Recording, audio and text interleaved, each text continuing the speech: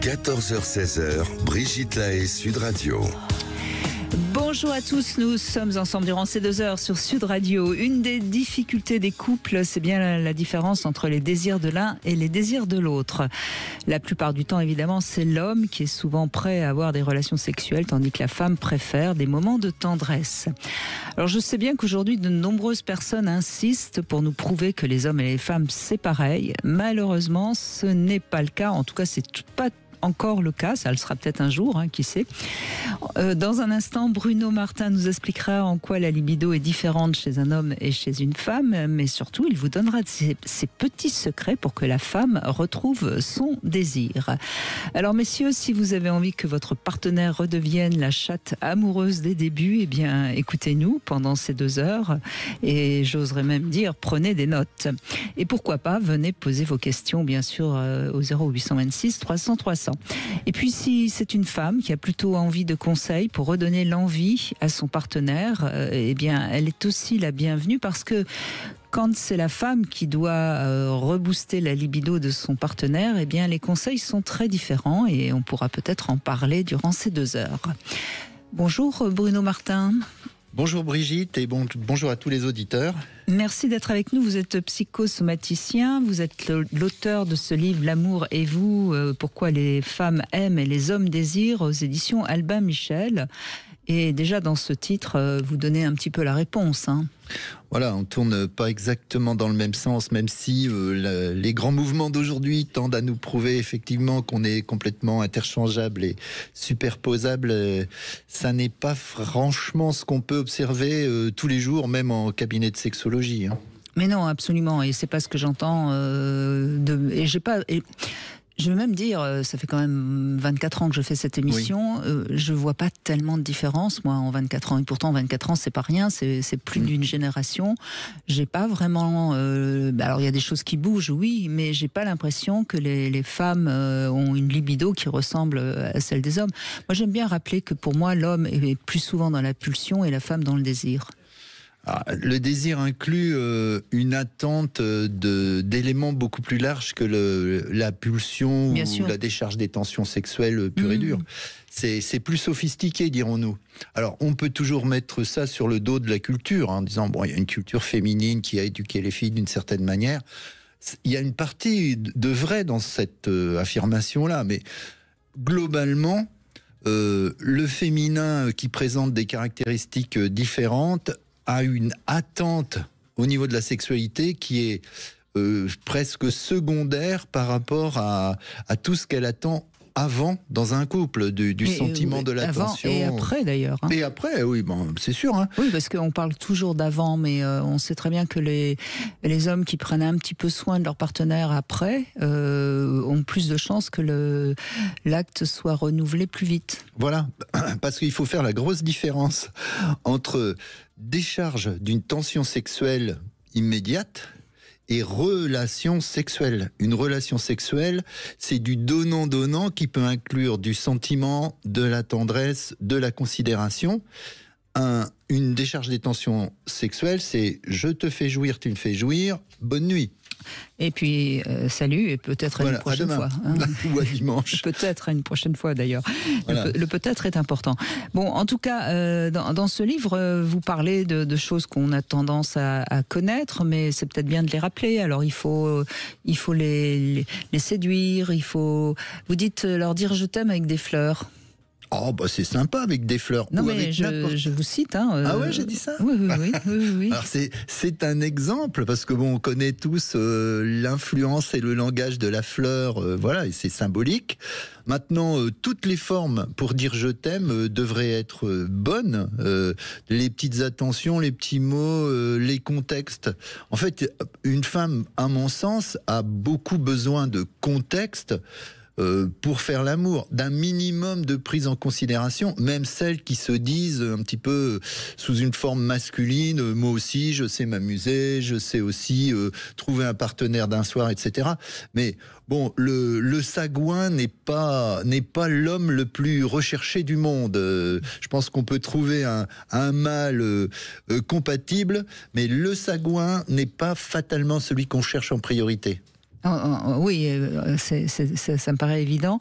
Bon, de toute façon, on sait très bien que la relation de couple, c'est une relation qui dure longtemps et que forcément la sexualité, il faut l'entretenir, ce qui est pas toujours simple. Mais quel conseil vous donneriez là, comme ça? Moi, je pense que il faut savoir que rien, on n'est jamais c'est une autre ligne que je crois que j'ai écrite, je ne sais plus si c'est dans ce livre-là ou autre.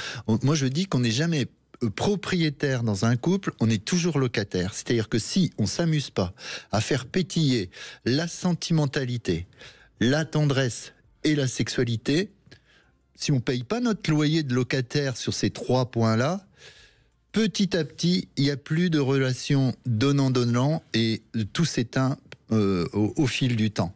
On n'est jamais propriétaire, on est locataire. Il faut faire pétiller les petits réservoirs en permanence. Et c'est d'ailleurs ce qui donne un peu le goût du jeu. Moi, je trouve que c'est plus sympa que de dire, bon, ben voilà, j'ai payé un gros coup au départ. Maintenant, ça devrait aller tout seul. Ouais, on n'achète pas, on loue. On loue. Ce qui n'est pas la même chose. Il y a quelque chose aussi d'important à signaler déjà en début d'émission. On voit beaucoup de femmes, parce qu'il y a eu une dispute, parce qu'il a peut-être pas remarqué qu'elle avait changé de coiffure, qui finalement va faire un petit peu la grève du sexe. Ça, c'est quelque chose de très féminin, hein. Et ça, alors là, disons que c'est la caricature, mais elle est tout à fait malheureusement vraie. Moi, dans les causes de l'inhibition du désir sexuel féminin, la première, elle est presque tout le temps là. Moi, c'est ce que j'appelle je t'en veux, tu m'énerves. Alors, pas sur des grosses choses. C'est souvent des petits tu m'énerves qui bloquent la clé de contact pour faire tout le tour jusqu'à la sexualité. Tu m'énerves parce que tu préfères passer du temps avec tes potes, tu m'énerves parce que tu vas à la chasse, tu m'énerves parce que je t'ai déjà dit de ranger ça 1000 fois et tu le fais pas. C'est pas des grandes choses souvent, les problématiques que j'observe. Mais l'accumulation fait que dès qu'on vous énerve à long terme, alors là, vous fermez la porte de l'envie. Oui, alors, je suis d'accord avec vous, je l'entends bien et je le sais, je peux aussi en témoigner. Voilà. Mais la question quand même que je me pose, est-ce que finalement ces femmes-là qui vont donc faire la grève du sexe pour des petits riens, mais qui sont des grands tout en finale, hein, est-ce que ce ne sont pas finalement des femmes qui sont quand même pas beaucoup dans la jouissance sexuelle? C'est-à-dire, est-ce que c'est pas des femmes qui finalement, le rapport sexuel ne leur apporte pas grand-chose, peut-être parce que l'homme s'y prend pas bien, peut-être parce qu'elles n'ont pas encore découvert ce qu'elle était. Est-ce que c'est pas ça finalement derrière ces petits riens qui bloquent le désir? Alors au début, elles ont envie de faire plaisir parce qu'elles sont amoureuses, et puis à un moment donné, elles se disent puis zut, je laisse tomber quoi.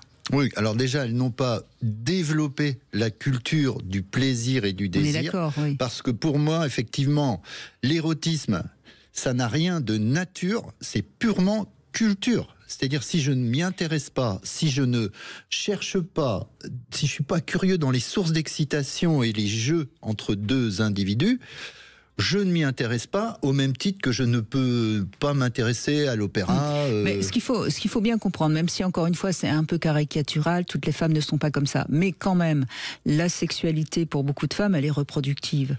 Et c'est d'ailleurs pour ça que pour certaines, au moment de la ménopause, elles croient qu'elles n'ont plus de désir, parce que c'est une idée reçue tellement forte que on peut plus faire d'enfants une fois qu'on est ménopausé, donc la sexualité n'a plus de sens. Donc ça, c'est peut-être aussi quelque chose qui est encore très culturel, qui va peut-être bouger, espérons-le, même si malheureusement les dernières enquêtes ne prouvent pas tellement que les femmes font plus l'amour que la génération précédente, mais ça c'est peut-être aussi quelque chose qui serait peut-être à discuter un peu plus dans les couples. Alors ça c'est vrai, et moi plus le temps passe, plus j'observe et plus j'attaque, j'allais dire, les consultations comme ça, c'est-à-dire je crois que les gens, et notamment les femmes, confondent énormément deux mots, le besoin sexuel et le désir sexuel. C'est clair. Ils pensent que les hommes sont pleins de besoins, ont des gros besoins, ils ont tout le temps envie de faire l'amour, etc. Moi, je leur dis, on n'a pas plus de besoins que ça, on a des grands désirs. Parce que culturellement, le désir, c'est l'envie de se faire plaisir avec quelque chose. Alors, c'est un petit côté égocentré, hein. J'ai envie de m'exciter, j'ai envie de vivre ça pour, d'une part, avoir des sensations physiques, mais aussi me sentir exister en tant qu'homme, en tant qu'identité virile. Si les femmes pense qu'il faut juste une poussée de testostérone ou d'œstrogène pour avoir envie de faire l'amour. Si il n'y a pas ce bouton qui est pressé, je n'ai pas envie. C'est binaire, j'ai envie, j'ai pas envie. Je leur dis, mais non, c'est absolument pas ça. C'est j'ai envie de me faire plaisir à travers une relation et des sources d'excitation sexuelle. Donc j'ai branché la canalisation d'alimentation sur moi. Et quand on a perdu l'auto-érotisme, on a perdu l'érotisme et on a perdu le désir. Elles ont perdu l'envie de se faire plaisir à travers la culture de l'érotisme que pour certaines, elles n'ont pas. Qu'elles n'ont jamais eu, évidemment. Voilà. Donc, comment rendre une femme plus dans le désir lorsqu'elle est anorexique sexuelle, hein? C'est une expression que je viens d'inventer, mais qui finalement correspond bien. Oui. On en parle avec vous sur Sud Radio 0826 300 300. À tout de suite. Vous voulez parler à Brigitte Lahaie, 0826 300 300. 14h-16h, Brigitte Lahaie, Sud Radio. Avec Bruno Martin, nous allons relancer le désir, peut-être pas de toutes les femmes, mais de la plupart d'entre elles. Bah oui, il faut toujours se donner des bons objectifs, oui. Bruno Martin. Bonjour Lise. Bonjour Brigitte, bonjour Bruno. Bonjour. On vous écoute, allez-y, qu'est-ce que vous avez envie de nous dire ? Alors oui, moi je voulais parler du désir et justement de l'envie de donner envie en fait, ce qui n'est pas évident.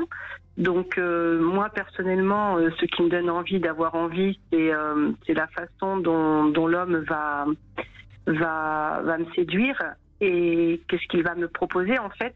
Donc même si on recherche la même chose, même si on recherche une relation tous les deux, et pourquoi pas une relation sexuelle, il y a une façon de faire qui va fonctionner ou pas. Donc, oui, vous avez dit le mot, séduction, il n'y a rien à faire. La séduction, c'est quelque chose que les hommes ont tendance à oublier au bout d'un certain temps, et pourtant, au début, ils savent séduire leur partenaire. Propriétaire. Oui. Donc si je tombe sur un partenaire qui va me proposer de venir chez moi directement, là je sais que l'homme il n'est pas dans la séduction, il va vouloir entre guillemets me sauter dessus. Donc c'est ce qui se passe. Par contre, si je tombe sur un homme qui va prendre le temps de m'inviter à boire un café, un verre sur une terrasse, voilà. Donc déjà, c'est la première rencontre est très importante. Ensuite, si la personne s'intéresse à moi et bon, si je tombe pas sur quelqu'un qui parle de son travail et de lui en permanence, et si je vois qu'il y a quand même une personne qui s'intéresse à vous, en tout cas. Voilà, c'est ça, c'est la première chose. Donc après, si ça se passe bien, et ben là, on a envie de poursuivre la soirée. Donc on va aller au restaurant. Et puis là, c'est pareil, on va parler de nos vies, on va essayer de se toucher la main, de se regarder. Enfin, la séduction, ça commence par là et c'est très très important. Voilà. Et puis après, bon, si on peut aller faire une petite balade, aller se promener, échanger, toujours parler, écouter, parce que bon, c'est vrai que les femmes sont connues pour ça. On adore parler et puis être écoutée. Donc, si je sens que la personne elle est intéressée, qu'elle m'écoute vraiment, ben c'est vrai que je vais m'ouvrir de plus en plus. Et puis voilà, j'ai l'impression d'être comme une fleur en fait, qui a besoin d'attention, qui a besoin d'être mise en valeur en fait. Et voilà. Et si on se plaît physiquement, il n'y a pas de raison que ça n'aille pas plus loin et de commencer une belle relation. Et moi, je suis très touchée quand je tombe sur des hommes qui ont la conscience que la relation, c'est quelque chose qu'il faut bichonner, qu'il faut entretenir. Donc, c'est pas lui et elle, c'est voilà, on n'est pas deux, on est trois en fait. Et quand on prend conscience qu'on est trois, et ben en fait, c'est beaucoup plus, ça me touche énormément parce que c'est ça en fait. Je veux dire.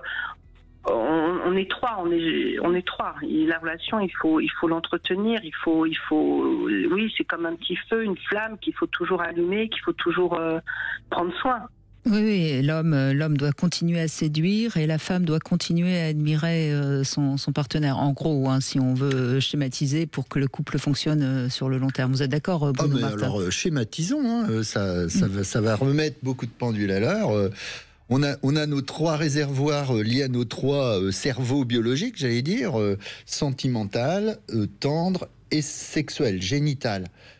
ben, on sait que les femmes, vous tournez dans le sens, remplis déjà moi sentimentalement, porte-moi de la considération, sois tendre et j'aurai envie de faire l'amour avec toi. Et les hommes, c'est fais-moi confiance en tout, montre-moi que je suis compétent, aime faire l'amour avec moi, et ensuite je serai tendre, et ensuite je finirai peut-être même par t'aimer. Donc on tourne parfaitement en sens inverse, même si on a envie de remplir les 3 cases d'un côté comme de l'autre. Oui, mais on Et peut c'est ce qu'elle nous explique. On peut tourner en sens inverse et continuer à tourner très longtemps. Hein. Ah bah après, il faut alimenter dans le bon sens. Mais bien sûr, mais il faut bien comprendre dans quel sens ça se... Et Lise, vous le dites bien, hein, vous avez besoin d'être séduite, vous avez besoin de sentir qu'on s'intéresse à vous. Est-ce que, pour autant, c'est forcément des bons amants à l'arrivée, ceux qui prennent le temps de vous séduire? C'est à moi de vous poser la question. Non, je la pose à Lise. Bah, pas forcément, mais... mais vous êtes indulgente, parce qu'il a su y mettre les formes, c'est ça, hein? Oui, voilà, c'est ça. Donc en fait, bon, moi je sais pas, j'ai l'impression qu'on a quand même des modes d'emploi et personne veut mettre le nez dedans, quoi. Je veux dire, il y a un moment donné, il faut, justement, comme on tourne pas dans le même sens pour le même résultat, et à un moment donné, il faut qu'il y en ait un des deux qui aille dans le même sens. Donc moi, je sais que personnellement, j'ai découvert, grâce à votre émission, que je suis une femme sexophile, par exemple. Donc les hommes qui vont tomber sur moi, ben, ils vont être facilement satisfaits. En fait, l'homme, il va être content de tomber sur une femme sexophile parce que je vais pas attendre des mois et des mois avant d'avoir une relation sexuelle avec eux s'ils me plaisent au départ. Donc c'est vrai que ça c'est quand même facile, c'est quand même plus facile et il faut le savoir. Si un homme tombe sur une femme qui n'aime pas faire l'amour, ben il va ramer beaucoup plus longtemps. Mais je veux dire, c'est... J'irais même jusqu'à dire qu'il va tout le temps ramer, hein. Soyons clairs. Tandis qu'avec vous, ça avance tout seul. Hein. Voilà. Et puis par contre, dans l'intimité, c'est vrai que l'homme qui va prendre plus de temps, moi j'aime beaucoup les massages, les préliminaires. Donc mettre une petite bougie, mettre une petite musique, c'est rien. Mais en fait, moi, ça me détend, ça me fait énormément de bien. Vous êtes sensuel. Et c'est important, je vais faire une petite remarque quand même pour que les choses soient claires. Vous êtes sexophile, ça veut dire que vous aimez faire l'amour. Et il ne faut pas croire que parce qu'on dit qu'une femme est sexophile, c'est une femme qui est prête à baiser tout le temps, tout de suite et n'importe comment. Une femme, c'est une nuance qu'il faut quand même préciser. Hein. Oui. Merci de la préciser, oui, tout à fait.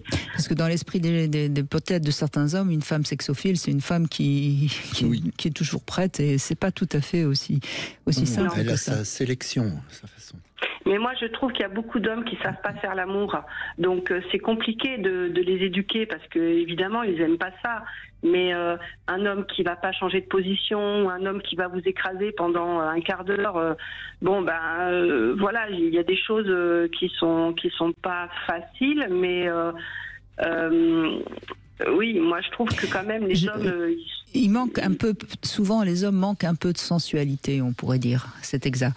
Peut-être parce qu'ils sont encore un peu trop dans la performance, dans cette notion qu'il faut être actif. Je ne sais pas, qu'est-ce que vous en pensez, Bruno Martin ? Bon, on est rempli de stéréotypes, hein, parce que, oui, voilà, on a vu des choses, on imagine des choses, on a pratiqué des choses qui ont peut-être fonctionné à un moment donné avec une personne et qu'on veut dupliquer avec une autre, mais on a tous notre mode excitatoire, on a tous notre façon de se remplir de sources d'excitation. On a chacun notre imaginaire, notre amour de ce qu'on veut voir, entendre, sentir, et il n'y a pas deux femmes pareilles et deux hommes pareils.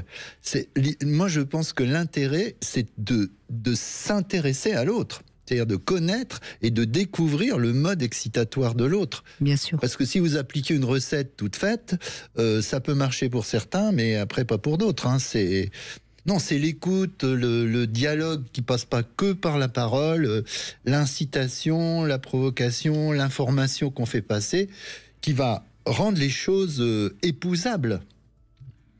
Oui. Oui, et puis enfin moi je sais que j'aime toucher mon corps, et c'est vrai que ça peut gêner mon partenaire parce que il a l'impression que il fait pas ce qu'il faut, alors que justement moi ça va multiplier mon excitation et c'est pas toujours facile pour certains hommes de comprendre ça, quoi. Donc si moi j'ai envie de me caresser et que mon partenaire il enlève ma main, bah là je me sens qu'il n'a pas compris. Il y a des petits détails comme ça qui je sais pas, bon moi je vais pas à ce moment-là expliquer pourquoi j'ai besoin de faire ça, parce que bon il faut pas. Bah, ça semble assez évident en plus enfin bon. Oui, Mais enfin, cela dit, c'est pas grave. Au début, quand on se rencontre, on cherche un peu nos marques l'un avec l'autre, et puis après, on s'adapte et on s'harmonise. Ou on ne s'adapte pas, parce que certains arrivent avec la recette du bœuf bourguignon et ils l'appliquent bêtement. Oui. Voilà. Après, c'est sûr qu'avec une végétarienne, ça peut pas fonctionner. Ça va pas bien marcher. Non, mais c'est pour ça qu'il faut prendre le temps de s'observer. Il faut prendre le temps d'apprendre à se connaître. Et c'est vrai que plus on va se rencontrer, mieux on va se découvrir, etc. Et c'est vrai qu'il y a des choses qu'il faut passer un petit peu pour après justement améliorer la relation. On peut pas tout de suite, moi je vais pas tout de suite me braquer. Ça se fait. Il faut se laisser un peu de chance, un peu de temps quand même pour que ça évolue dans le bon sens. Et on peut apprendre à aimer quelque chose. Hein. Plus on est amoureux, d'ailleurs, plus on va vite aimer ce que l'autre propose. Absolument. Il y a des choses que vous pratiquez pas du tout avec certaines personnes, parce qu'a priori, c'est pas votre truc. Puis finalement, quand vous êtes très amoureux et puis que vous voyez le plaisir que l'autre peut vivre à ce moment-là, qui vous renvoie des tas de choses sur vous, vous dites, bon, c'est pas si mal que ça, je vais peut-être mettre ça dans mon mode à moi. Exactement. En tout cas, merci beaucoup, Lise, de ce témoignage. Et puis, on entend bien que vous êtes une femme qui est quand même assez dans le désir, donc c'est plutôt plus facile pour vous. On fait une petite pause, on se retrouve avec le Love Conseil. Comment exprimer son amour, justement ? Quelles sont les meilleures recettes pour éveiller le désir chez une femme ? On en parle aujourd'hui avec Bruno Martin. Venez participer à l'émission. Appelez-nous au 0826 300 300. 14h-16h, Brigitte Lahaie, Sud Radio. Brigitte Lahaie, Sud Radio, le Love Conseil. Alors justement, Bruno Martin, on parle de séduction, on dit qu'il faut aussi que l'autre sache qu'on l'aime. Hein. Donc je vous propose un love conseil, comment exprimer son amour. Alors il y a des différentes manières de manifester son amour, et ce qui est important déjà, c'est de connaître la sienne, hein, et de vérifier qu'elle convient au partenaire, parce que sinon ça sert à rien. Alors il y a bien sûr offrir des cadeaux, hein, parce qu'un présent, c'est une façon de dire que sa présence a de la valeur pour vous, en quelque sorte. Hein. Mais il faut faire attention d'être sûr que l'autre reçoit bien ce cadeau comme un présent signe d'amour, et non pas comme un truc qui n'a pas beaucoup d'intérêt. Hein. On peut peut-être quand même vérifier. Ensuite, on peut faire preuve d'attention en accomplissant pour le partenaire des tâches du quotidien qui vont le soulager. Hein. Ça marche aussi assez bien. Il y a les fameuses déclarations, les compliments, mais attention, parce que quand c'est des phrases un peu trop bateau, répétitives, ça marche pas. Hein. Il faut quand même là aussi surprendre. Hein. D'ailleurs, surprendre, quelle que soit sa manière d'exprimer son amour, il faut surprendre. Hein. Bon, ensuite, il y a tout ce qui est moment de qualité partagée. Hein. Ça, c'est très très important. Par exemple, prenez une demi-heure le soir dans votre jardin pour apprécier cet instant ensemble. A priori, ça n'a rien d'important, et pourtant vous arrêtez le temps avec l'autre, et ça, c'est vraiment un moment d'intimité partagée très très important. Et puis dernier langage d'amour, c'est évidemment le toucher, hein, se toucher, être touché dans tous les sens du terme. Mais attention, hein, n'oublions pas qu'un toucher tendre doit être fait sans arrière-pensée, c'est-à-dire sans avoir pour objectif d'aller plus loin dans un rapport sexuel, ce qui est quand même assez fréquent chez les hommes, il faut bien le reconnaître. Oui, ça coupe l'envie d'aller plus loin, et ça coupe même la tendresse, parce que les femmes vont la zapper, vont l'éviter, Du coup, pour oui. ne pas rentrer dans un danger de passage à l'acte. Exactement, exactement. Bon, vous avez bien repéré, évidemment, Bruno Martin, que j'ai parlé des 5 langages de l'amour de Eric Koopman ou quelque chose comme ça, enfin bref. Mais c'est vrai que ça fonctionne quand même bien. Donc, vérifiez quand même si vous avez tendance à, par exemple, plutôt soulager l'autre dans des tâches du quotidien, vérifiez bien que c'est comme ça que c'est vu, comme un signe d'amour et non pas comme une sorte de normalité. d'habitude. Ou c'est ça. Attention au mot, parce que je l'entends beaucoup, moi c'est normal. Et oui, ça finit par devenir normal quand c'est répété. Mais quand c'est bien, je leur dis c'est pas normal, c'est juste bien. Donc il faut rester sur le mot c'est bien. Parce qu'il y a des choses qui sont plus du tout normales, qui sont juste bien. Et parce que sinon, si on trouve tout normal et qu'on voit ce qui ne se fait pas, on finit par se dire ça va pas du tout. Puisque alors qu'il y a plein de positifs, mais on ne bien sûr, on le voit plus. On le voit plus. Mais c'est un peu le problème par exemple, de l'homme qui a pris l'habitude d'offrir des fleurs tous les samedis, par exemple. Bon, à force d'offrir des fleurs tous les samedis depuis 3 ans, 10 ans, 20 ans, bah, c'est vrai que ça paraît normal et que finalement ça n'a plus grand intérêt parce que ça ne surprend plus. La répétition. Et c'est ça qu'il faut, c'est ça qui est important, c'est-à-dire que, ou alors il faut chaque semaine offrir des fleurs différentes, un bouquet différent ou quelque chose. Pourquoi pas ? Mais et ça montre bien que c'est du travail. Ça montre que on est locataire. Sources, oui, mais les sources de plaisir et de désir, c'est nouveauté, diversité, surprise, manque et interdit. Voilà, il faut jouer avec ça. Une transgression, évidemment, quand on parle de l'interdit, c'est la transgression. Chris, bonjour. Oui, bonjour Brigitte. Bonjour Bruno. Bonjour. Merci d'être avec nous. On vous écoute, allez-y. Alors moi, je vis une relation depuis 10 ans avec mon ami. Alors, on ne vit pas ensemble. On se voit régulièrement, mais de manière assez, quand même, avec un temps au milieu, un peu d'espace, une semaine, parfois 10 jours. Et ça a le gros avantage ça dure depuis 10 ans, c'est rare. Hein, ouais. Oui, en effet. Parce qu'à la base, notre relation est un peu interdite. On s'est rencontrés alors qu'à l'époque, elle était mariée à un ami, séparée. Elle est venue vers moi. J'étais fortement étonné. Mais bon, elle m'a toujours plu. Mais je m'étais interdit d'aller vers elle parce qu'elle était mariée à des amis, connaissait nos enfants, tout ça. Donc du coup, voilà, c'est une relation qui s'est installée un peu secrète. Donc c'est une relation un peu transgressive, ce qui nourrit bien le désir, quand même. Ouais, ça démarre. Oui, c'est vrai que c'est un bon départ. J'avoue. C'était un bon départ, un peu gêné, tout ça, mais voilà, le côté interdit qui était plutôt excitant. Et sur le temps, on s'est installé comme ça et ça nous va très bien parce qu'on a des vies familiales bien remplies. Moi, j'ai mes enfants, elle aussi. Et puis quand elle est en mode maman et mamie, elle est en mode maman, mamie. Moi, je suis en mode papa, papy. Voilà, ça nous va bien. Ça nous va bien comme ça. Et on a notre jardin. Et quand on se retrouve toujours avec beaucoup de plaisir. Je m'occupe beaucoup d'elle. Quand elle vient chez moi, elle s'installe.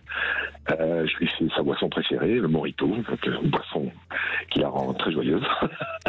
Je lui fais des petits apéros, je m'intéresse à elle, on s'intéresse à nos vies. Et le désir monte tout seul. Vous avez gardé finalement vos rituels de rencontres un peu interdites. Et comme c'est pas tous les jours, ça continue à rester excitant. Il me semble. Oui, en effet.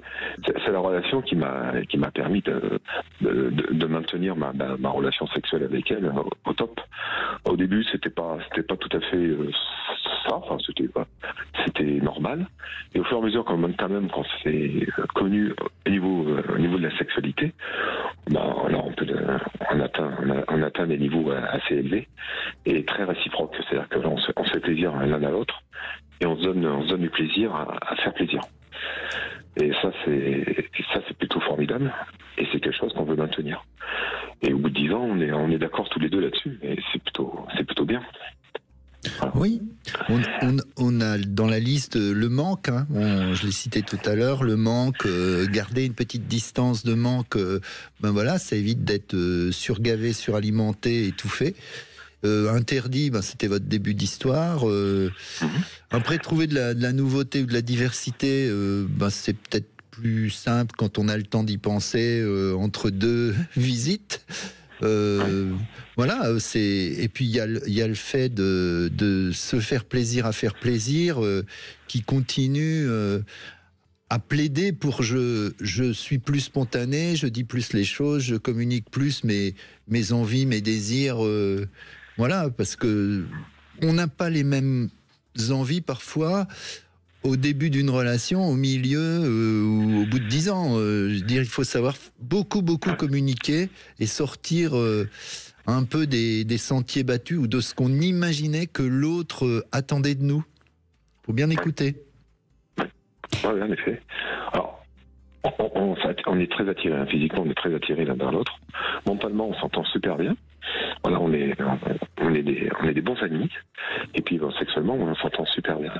Et elle a évolué, elle adorait la lingerie féminine, mais qu'elle n'a jamais pu mettre à l'époque parce que son ex lui demandait pourquoi elle était déguisée.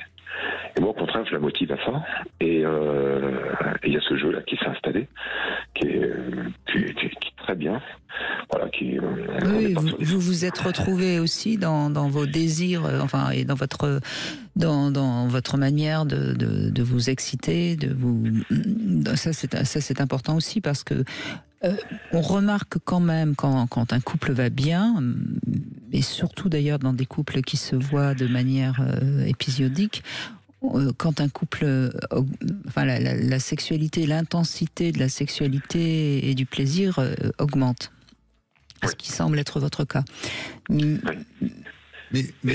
quand j'écoute ça, c'est ce qu'on disait tout à l'heure, c'est-à-dire on prend le cas par exemple des sous-vêtements féminins qui font partie ou non du mode excitatoire de quelqu'un. Bon, on part du principe souvent que les hommes aiment ça, qu'il faut en mettre, etc. Ça c'est une vision très... Ça se rencontre pas partout. Par contre, le fait et ça a été votre talent, monsieur, le fait de voir que c'était quelque chose qui apportait énormément, qui importait pour elle, et d'en jouer et de l'aider à s'alimenter de ça, c'est ça c'est gagnant-gagnant. Mais totalement. Et ça peut même finir, même si vous n'aimiez pas spécialement les sous-vêtements, par vous faire aimer les sous-vêtements, étant donné que ça crée une situation qui va être hyper excitante et valorisante pour nous, parce que ça va la faire jouir 2 fois plus vite. Oui, alors c'est vrai que là-dessus, oui, on est déjà excité à l'idée. Déjà à l'idée. Oui, elle vous envoie de temps en temps un petit sexto avec un sous-vêtement ou... Non, elle m'envoie un petit message le matin, elle dit on va se retrouver le soir, et elle me dit que elle est contente, qu'elle est ravie de me retrouver, qu'elle a envie de moi. Donc déjà. Et vous lui en offrez de temps en temps? Non, non, non, alors je vous avoue, moi je suis plutôt classique, moi là-dessus. Alors je suis très attentionné, mais non, j'ai pas. Non, vous y avez certaines pudeurs. Oui, parce que ça pourrait. Je pense que ça pourrait être un petit jeu aussi. Mais enfin, si ça fonctionne comme ça, peut-être ne changez rien. Hein. Oui. Puis à partir du moment où j'ai pas d'imagination sur le sujet, je vais pas me vautrer, quoi. Mais il faut oser. Et puis alors là, franchement, vu la complicité que vous avez, je crois qu'il faut oser. Et puis si vous vous plantez, ça vous fera rire tous les deux. Et je pense pas que ça posera. Je sais pas ce que vous en pensez, Bruno Martin, mais moi j'observe qu'on a. Bon, on se fait une idée, bonne ou mauvaise d'ailleurs, de l'autre, assez. Au fil des petites années. Puis on se dit, là, ça commence là, ça finit là, elle a ce profil-là. Donc, je ne vais pas aller plus loin dans ce que moi, finalement, je pense ou j'aimerais, etc., même si c'est marginal. Alors qu'on ne devrait pas, et on devrait vraiment communiquer, parce qu'on peut découvrir des choses assez incongrues et incroyables, parce qu'à force d'imaginer que l'autre est comme ça, on se restreint aussi dans notre mode de communication et d'évolution sur nos sources d'excitation qui sont aussi en pleine évolution tout le temps. Je veux dire, Et puis, on s'excite moins des mêmes choses tous les 5 ans. Je veux dire, il faut rajouter de la nouveauté, de la diversité, de l'intensité, du manque, de l'interdit. Sinon, si on vous livre votre plat préféré tous les midis, pendant 1 an ou 2 ans, vous allez moins l'aimer à la fin. Mais on met les autres dans une catégorie. Elle est comme ça, elle aimerait pas ça, et je vais pas quand même lui parler de ceci ou de cela. Il faut qu'on arrête avec ça. Je veux dire, avançons et voyons comment c'est pris. Oui, il faut oser. Ouais, il faut oser. Bon, alors la prochaine fois que vous la voyez, vous lui offrez un autre apéritif. Hein, vous sortez de votre, vous sortez de vos cases trop bien établies. La zone de confort. Vous lui offrez une guêpière avec je ne sais quoi de. J'adore, c'est vrai. Ah bah alors voilà. Bon, et ben voilà le programme. Je lui ai offert un magnifique dessous. Ah, quand même. D'ailleurs, c'était le premier dessous à m'avouer, c'était le premier dessous qu'un homme lui offrait. Alors, bon, j'étais content, j'étais très fier. Mais vous aimiez ça au début ? Oui, les dessous, oui. Vous aimiez ça beaucoup, oui. Bon, bah alors, qu'est-ce que... Non, mais je dis ça parce qu'on a vraiment dans l'esprit que tous les hommes adorent les dessous, les dentelles, les machins, les trucs. Il y en a un certain nombre. C'est assez vrai quand même. C'est pas tous, c'est vrai, mais attention. Oui. Il y en a qui aiment bien les culottes petits bateaux, c'est vrai. Chacun. Ou rien. Ou rien, oui, bien sûr. Rien. Enfin, du moment qu'ils peuvent l'enlever. Hein. Mais mes ex, je jouais pas du tout avec ça. Alors, j'imposais rien parce qu'à partir du moment où on impose, c'est pas bon, quoi. Mais là, c'est venu tout seul. Et vous êtes heureux. Bon. Je suis ravi. Je suis ravi. Bon retour, ça. Bon, mais entre imposer et oser, il y a quelques lettres. Hein, donc, faut un petit peu la surprendre, Chris, et ce sera encore meilleur. Bon, en tout cas, merci beaucoup de votre témoignage. Merci à vous. Allez, on fait une petite pause et on se retrouve dans un instant. Sud Radio, votre attention est notre plus belle récompense. D'abord, je voudrais vous féliciter, André Bercoq, pour les invités que vous faites venir. Vraiment, votre émission, si elle n'existait pas, il faudrait l'inventer. Sud Radio, parlons vrai. 14h-16h, Brigitte Lahaie, Sud Radio. Toujours avec Bruno Martin, nous évoquons le désir féminin qui malheureusement est souvent étouffé par des tas de choses et on est là justement pour vous aider à le libérer, ce désir. On retrouve Claude qui est avec nous. Merci Claude de prendre la parole. Bonjour. Oui, bonjour Brigitte, bonjour Bruno. Bonjour. Voilà, enchanté d'être avec vous pour exposer mon petit problème. Eh bien allez-y, on vous écoute. Donc voilà, j'ai un souci qui me travaille de plus en plus, qui est que depuis mon divorce, il y a un petit peu plus de 4 ans, j'ai accumulé plusieurs expériences avec différentes femmes. Et le hic, c'est que j'ai l'impression que je veux plus combler leur désir et leur ressenti, et je m'en oublie apparemment moi-même.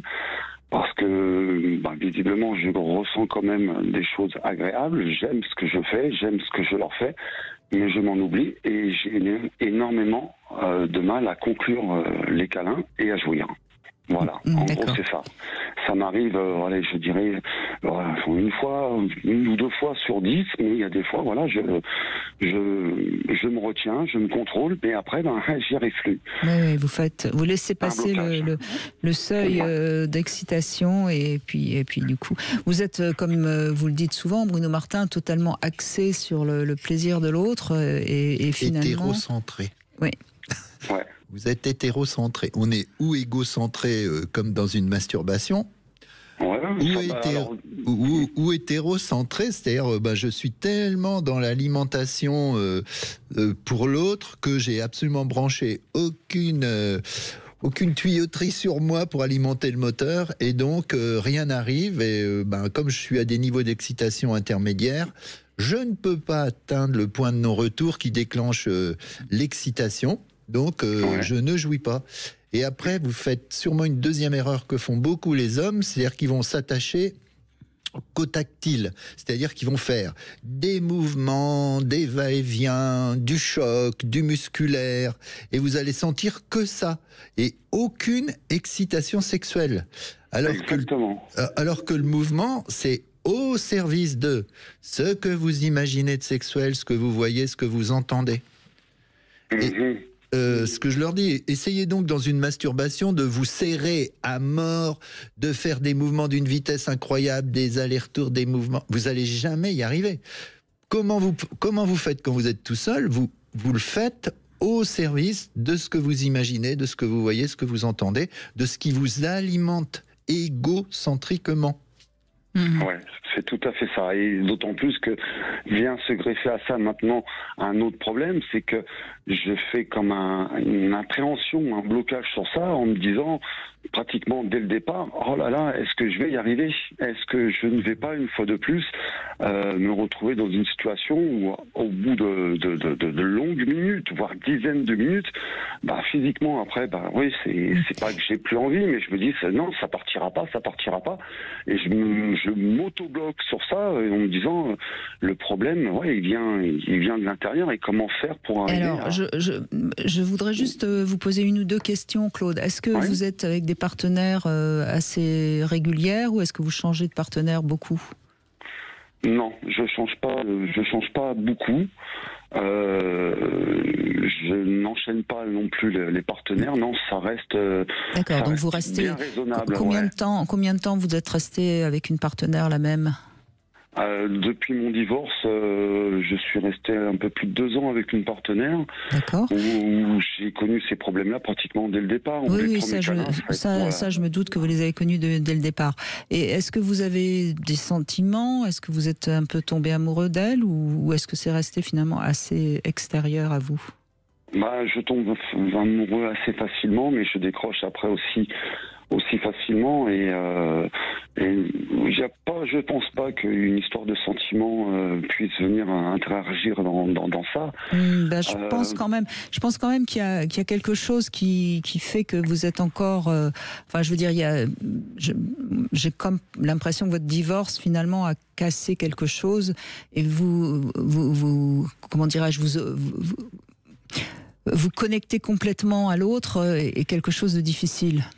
Peut-être aussi, oui. Vous voyez, et à partir de ce moment-là, vous restez un peu, vous êtes un peu trop en train de faire plaisir à l'autre parce que vous aimez les femmes et parce que vous êtes quelqu'un de bien, mais c'est presque, j'allais dire, pour faire bien, mais c'est pas du tout dans le plaisir d'être ensemble, vous voyez. Ouais, c'est contre-productif parce que c'est un partage. Si les deux arrivent à jouir, mais pour que ce soit, mais pour que ce soit réel, il faut que vous puissiez avoir envie de vous réinvestir dans une relation, et peut-être que vous êtes encore un peu blessé ou meurtri par un divorce qui vous a beaucoup marqué, et c'est peut-être par là aussi qu'il faut travailler. Ouais, mais en sachant que le divorce, c'est moi qui l'ai demandé, parce que j'ai pas eu de traumatisme suite à ça, si ce n'est d'avoir ce sentiment d'avoir fait souffrir mon ex-femme par le fait de l'avoir quittée.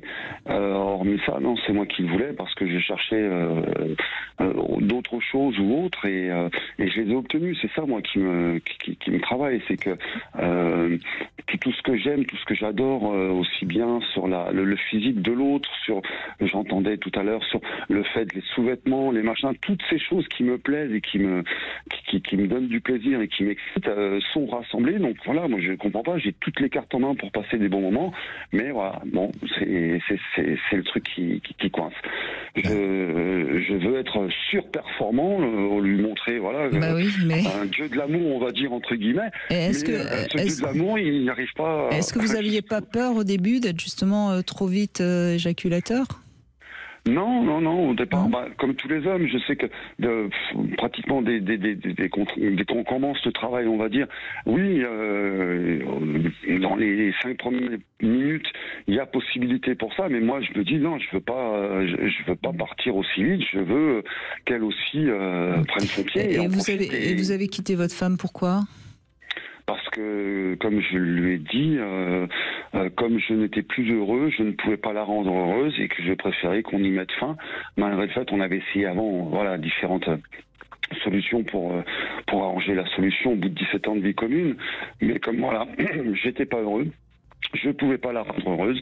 On allait traverser une période difficile, chacun de petits malheurs ou autres, pour qu'on soit à nouveau heureux chacun de notre côté. Et pourquoi vous n'étiez pas heureux ?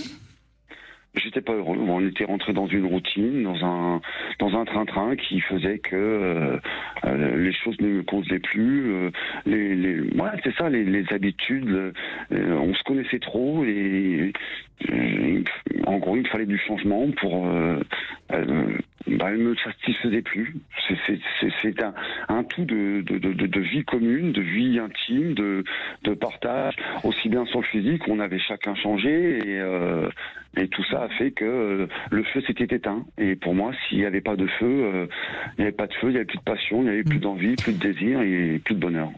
Donc, bon, moi je pense que vous avez perdu ce côté auto-érotique. C'est la même problématique pour le désir féminin, ce que je disais tout à l'heure. C'est la mèche qui allume le plaisir. C'est j'ai envie de me faire plaisir. Et une relation, une vraie, c'est donnant. Je te donne, tu me donnes, je te donne, tu me donnes. Si c'est je te donne, je te donne, je te donne, vous ne recevez rien. Il faut savoir prendre... au fur et à mesure, des sources d'excitation sexuelle provenant de l'autre. J'ai envie d'imaginer, de voir, entendre, sentir ce que l'autre va manifester, et ça va faire aussi monter mon désir. Et je compare souvent ça au prototype de l'auto-érotisme qu'est la masturbation, mais c'est exactement ça. À ce moment-là, vous êtes connecté à vos sources, ça marche très bien, ça monte. Pourquoi ? Parce que je me donne. Et vous avez perdu cette attitude mentale-là dans le rapport à deux, parce que vous avez sans doute un très bon fond et que vous avez envie de faire plaisir à l'autre, mais vous oubliez que c'est donnant-donnant. Une relation qui n'est pas donnant-donnant n'est pas une relation. Ouais, tout à fait. Il faut que je m'ouvre à ce que l'autre. Oui, il faut vous lâcher. Ouais. Il faut vous lâcher un peu, vous ouvrir un peu, vous être un peu plus excité, par le plaisir que vous allez peut-être avoir. Mais bien sûr, c'est bien de s'occuper de sa partenaire, mais trop, c'est trop. Hein. Et quelque part, on a l'impression que vous vous observez en montrant à quel point vous êtes un bon amant et que vous faites bien. Vous êtes en mode pilotage automatique. Et du coup, on est dans une sorte de performance sexuelle, physique, et il n'y a plus de sentiments. On a l'impression que... et ça, je crois que ça remonte à loin, parce que déjà, quand vous nous parlez de votre couple où vous avez divorcé, on sent que déjà, le côté émotionnel... moi, je pense que vous avez peur de vos émotions, vous avez peur d'être plus dans cette partie-là aussi de la sexualité. Et je crois que c'est là vers ça qu'il faut aller. Lâchez-vous et laissez-vous un peu aller, et puis vous verrez bien. Mais normalement, vous allez retrouver votre plaisir si vous acceptez de vous laisser un petit peu, de lâcher un peu, je crois. Mais ce que vous a dit Bruno est tout à fait juste. Hein, donc, il faut que vous reveniez à... Je me recentre sur ce que je ressens et sur ce que je veux. Et sur ce que vous pas sur ce que vous voulez, sur ce que vous ressentez. Vous voyez, vous me remettez le verbe vouloir. Non, ressentez et lâchez-vous. Et puis de temps en temps, même si vous jouissez un peu trop vite, c'est pas grave. Après, vous vous servez de vos mains, votre bouche, de tout ce que vous avez. Vous n'êtes pas obligé de tenir. Voilà. Très bien. Bon, je vous remercie pour les conseils. Je vais essayer de mettre ça en application. Absolument. Et je vous souhaite une bonne fin de journée à tous les deux et merci encore. Merci. On va se lâcher. Merci Claude. Petite devinette avant de laisser la place aux infos. Quel est l'être qui espère réussir à séduire en montrant sa queue ? Vous avez le temps des infos pour me trouver la réponse. Aujourd'hui, avec Bruno Martin, nous évoquons les recettes pour susciter ou réveiller le désir chez une femme. Vous souhaitez réagir, témoigner ? Appelez-nous au 0826 300 300. 14h-16h, Brigitte Lahaie, Sud Radio. 14h-16h, Brigitte Lahaie, Sud Radio. Bruno Martin est avec nous, psychosomaticien, et je rappelle votre livre « L'amour et vous, pourquoi les femmes aiment et les hommes désirent ». C'est aux éditions Albin Michel. Dans ce livre, vous expliquez bien toutes les difficultés à s'entendre, hommes et femmes, tant sur l'amour que sur la sexualité, évidemment. Et aujourd'hui, on essaye de mieux comprendre comment aider les femmes à maintenir une haute intensité de désir. Avant de donner la parole à Catherine qui nous rejoint. Bonjour Catherine, je voudrais la réponse à ma devinette. Quel est l'être qui espère réussir à séduire en montrant sa queue? Alors je vous aurais bien répondu moi.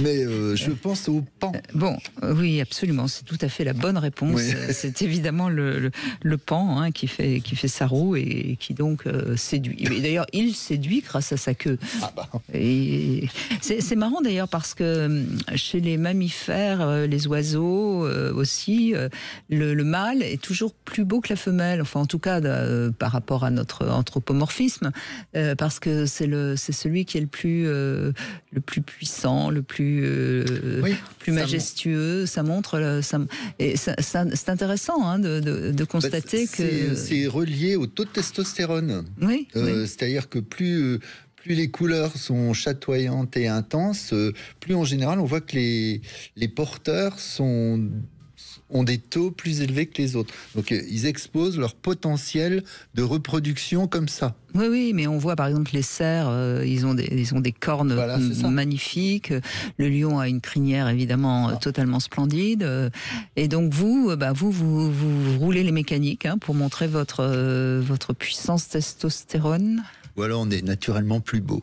Non, je pense pas. En tout cas, on n'a pas la même forme de beauté. C'est pas la même beauté, en effet. Bonjour Catherine. Oui, bonjour Brigitte, bonjour Bruno. J'étais en train de rire parce que j'ai beaucoup aimé la devinette et ce que vous venez de dire. Ah oui. Bon, en tout cas, par exemple. Écoutez, en tout cas, on essaie, mais des fois, c'est pas aussi performant. Oui. Après, la performance n'est pas, en tout cas pour moi, n'est pas une quête.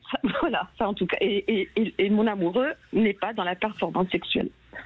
C'est bien. Tant mieux. Oui. C'est très bien comme ça.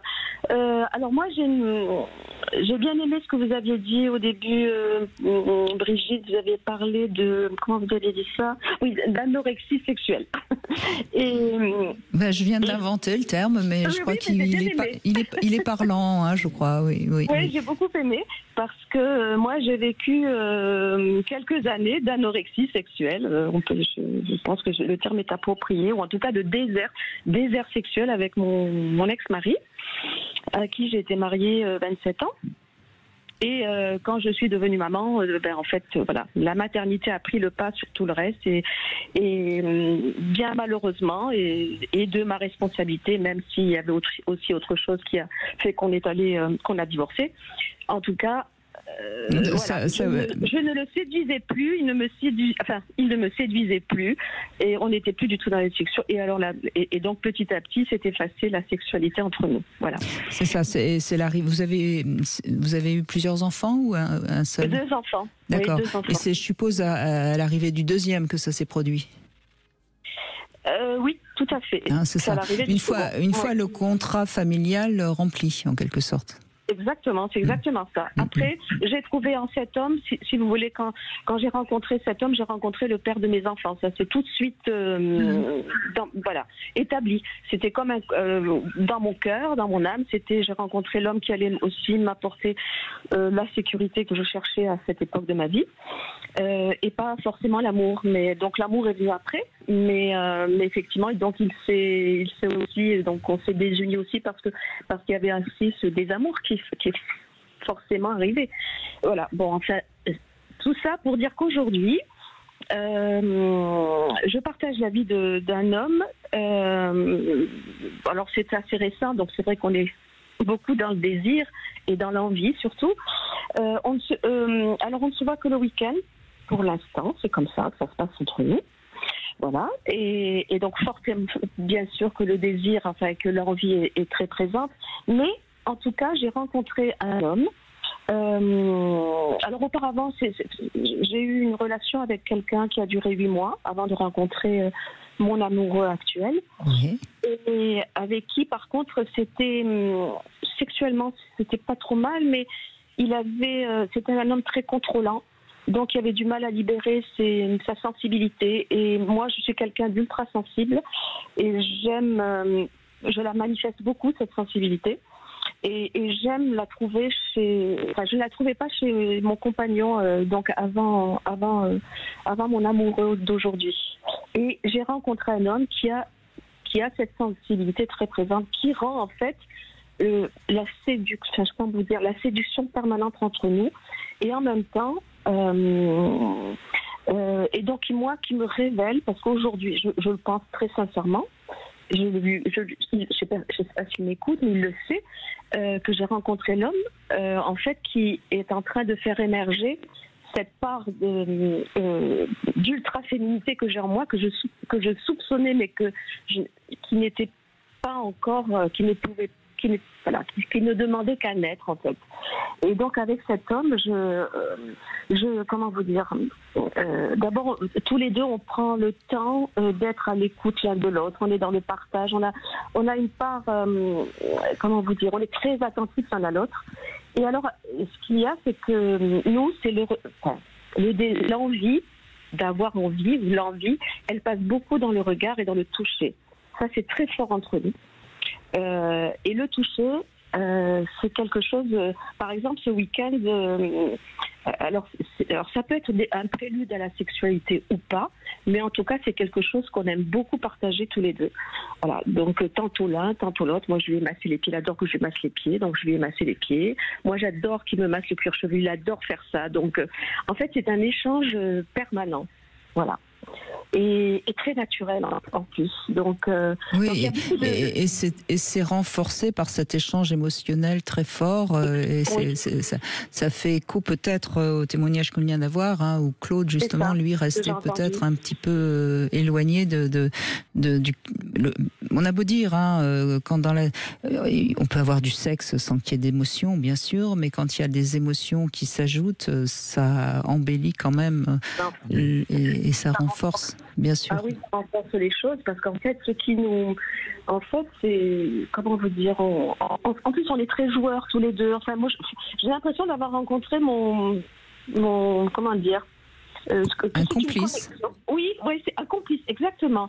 Et donc tout ce qu'on fait, parce qu'on est beaucoup dans le jeu, c'est pas forcément, c'est pas de la séduction, parce que on ne se laisse. Alors moi, ce que je n'aime pas chez un homme, c'est qu'il se laisse aller. Et ce que lui n'aime pas du tout aussi, qu'une femme se laisse aller. C'est-à-dire que, comment dire, moi je ne vais pas me... ça c'est de la séduction, hein, de ne pas se laisser aller, c'est déjà se séduire soi-même et séduire l'autre. Tout à fait, c'est exactement ça. C'est montrer une forme de considération aussi à l'autre. C'est aussi un message de tu mérites quelqu'un qui a un certain potentiel. Voilà, c'est pas. Plus je me néglige, plus je te renvoie à l'image de juste ce que tu mérites.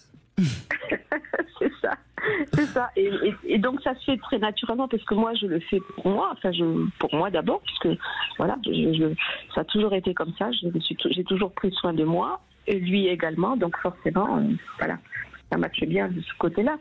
Et après, ce qui est très important, ce qui renforce notre lien, et la complicité forcément qui s'en dégage, c'est beaucoup le respect et la confiance que nous nous accordons tous les deux. Alors ça, c'est quelque chose qui s'est établi tout de suite, enfin, qu'on a établi tout de suite, l'un et l'autre, dont on a parlé, en fait. Voilà. Et ça renforce la complicité, ça renforce l'intimité, et donc l'envie, d'avoir envie, quoi, de faire plein de choses ensemble. Et de faire des choses aussi, chacun de notre côté, parce que ça, c'est une part que nous respectons aussi l'un pour l'autre. Voilà, donc j'ai pas grand-chose à dire de négatif. Mais, tant mieux, et on est ravis. Non, mais on voit la différence entre la relation d'avant dans votre vie et cette relation-là, où finalement cette complicité, ça nous pousse à nous ouvrir et à montrer nos limites qui sont plus larges que ce qu'on imaginait, et de commencer à adorer les choses que l'autre adore. aussi. C'est-à-dire que plus on voit l'effet produit, plus on a envie de les répéter, hein, ces choses. Et ça pousse les limites, et ça pousse la confiance au maximum. Eh ben, ça fait plaisir à entendre et continuer, Catherine. Et encore une fois, on ne le dira jamais assez, lorsqu'il y a une belle entente émotionnelle, sexuelle, eh bien, on s'épanouit et puis on devient femme jusqu'au bout des ongles. C'est ce qu'on entend évidemment dans ce très beau témoignage. Merci, Catherine. On fait une petite pause et on vous invite à nous rejoindre 0826 300 300. À tout de suite. Sud Radio. Sud Radio. Parlons vrai. Parlons vrai. Sud Radio. Parlons vrai. 16h, Brigitte Lahaie, Sud Radio. Toujours en compagnie de Bruno Martin, nous éveillons le désir. Alors, pas avec un coup de baguette magique, hein, mais on essaye de trouver les mots. Mais enfin bon, on a quand même eu déjà 2 femmes qui sont sexophiles. Hein. Ça va. Hein. Mais on peut être sexophile, sentimentalophile et tendrophile. L'un n'empêche pas l'autre. Au contraire. Bien sûr, et tant qu'à faire, autant être file de partout. Oui. Bonjour Noah. Bonjour Brigitte, bonjour Bruno. Bonjour. Merci de prendre la parole, Noah. On vous écoute. Donc j'appelle pour comprendre un peu le mécanisme et savoir en tout cas comment me comporter face à ça. Je suis avec un homme marié depuis plus d'1 an. Depuis quelques mois, on se rapproche. Je vous ai déjà appelé à ce sujet et c'est pas le sujet du jour. Là, c'est plus la sexualité. En fait, il a ce besoin d'aller dans la masturbation à la fin pour arriver à éjaculer. Donc, ce qui est très bien, c'est qu'il tient longtemps et que du coup, le plaisir est long. Mais par moment, si on se retrouve dans une voiture rapidement et que ça doit être entre guillemets un petit coup rapide, il va se retrouver en difficulté à même bloquer sur l'éjaculation, quoi. Et apparemment, c'est quelque chose il a toujours vécu ça comme ça. Il a toujours eu besoin. Il n'a jamais réussi à éjaculer dans une femme, déjà, à l'intérieur. D'accord. Il a toujours fonctionné avec sa main par la suite pour finir. Et il n'a pas d'enfant ? Il a une fille. Bon, donc il a quand même réussi une fois. Oui. Oui, il a réussi, oui. Non, après, ça lui est déjà arrivé aussi une fois où il a réussi un petit peu à lâcher prise. Mais je vois ça comme ça, en fait, comme s'il n'arrivait pas à lâcher prise parce que, en plus, c'est mon chef. Et quand il a son téléphone d'astreinte, alors là, c'est encore pire, quoi. Il bloque total et il va jeter un œil sur son portable, il va... Voilà, il se crée... Oui, on entend bien quelque part un petit peu la même chose que chez Claude qu'on a eu avant les infos, quoi. C'est une sorte de contrôle permanent et une fois qu'il a accompli son devoir de vous faire jouir, eh bien à ce moment-là, il va se masturber pour arriver à l'éjaculation. Alors il y a plein de raisons à ça. Hein. Souvent, c'est des hommes qui sont beaucoup masturbés et qui ont un peu ce mécanisme pour arriver à la jouissance parce qu'il y a quelque chose de cognitif un petit peu chez eux, hein, parfois. Parfois, c'est une façon quelque part de ne pas éjaculer dans une femme. Ça peut, alors là, derrière ça, il y a aussi plein de raisons. Hein. Mais la question que je vous pose, Noah, est-ce que ça vous dérange vraiment ?